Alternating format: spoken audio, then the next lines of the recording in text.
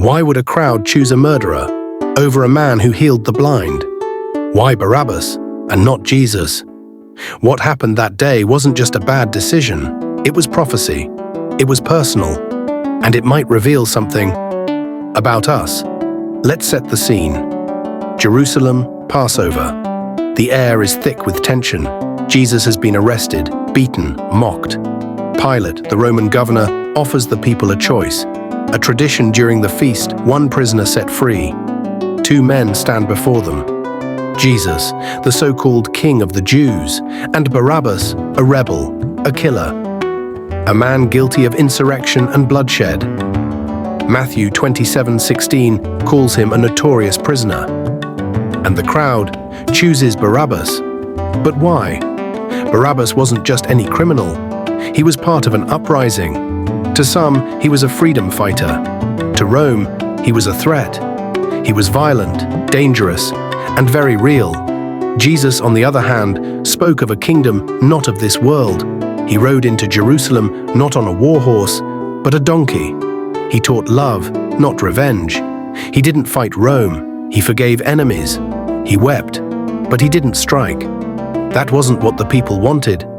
They didn't want a suffering servant. They wanted a sword. Pilate was uneasy. He saw no guilt in Jesus. He even asked them, "Which of the two do you want me to release for you?" Matthew 27:21. The crowd cried, "Barabbas."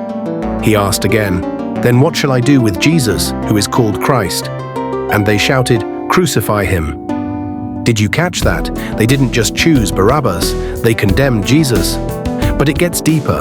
Mark 15:11 says, the chief priests stirred up the crowd. Religious leaders, jealous of Jesus, feeding lies, fueling rage. But the people still had a choice. Why did they pick Barabbas? Maybe because he made sense to them. He fit their idea of a savior. Someone who would crush Rome, take power, win battles. Jesus, he was quiet in the face of abuse. He didn't defend himself. He opened not his mouth. Isaiah 53:7. That confused them, disappointed them. So they rejected him. But here's the twist. Barabbas walked free because Jesus took his place, literally. The innocent was condemned. The guilty was released. Grace played out in front of everyone. Barabbas is more than a name in a story. He's a mirror, a symbol of us. We're the guilty ones. We've rebelled. We've made a mess. But Jesus stood in our place. He didn't fight to save himself. He laid down his life to save us. Romans 5:8 says, "While we were still sinners, Christ died for us."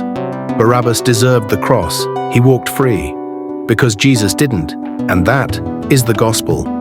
So let me ask you, if you were in that crowd, who would you have chosen?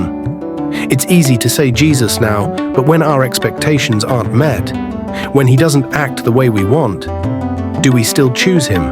The story of Barabbas is not just history, it's a question for every heart. If this story made you pause, like, comment, and subscribe for more Bible deep stories, and tell us in the comments, why do you think the crowd chose Barabbas over Jesus?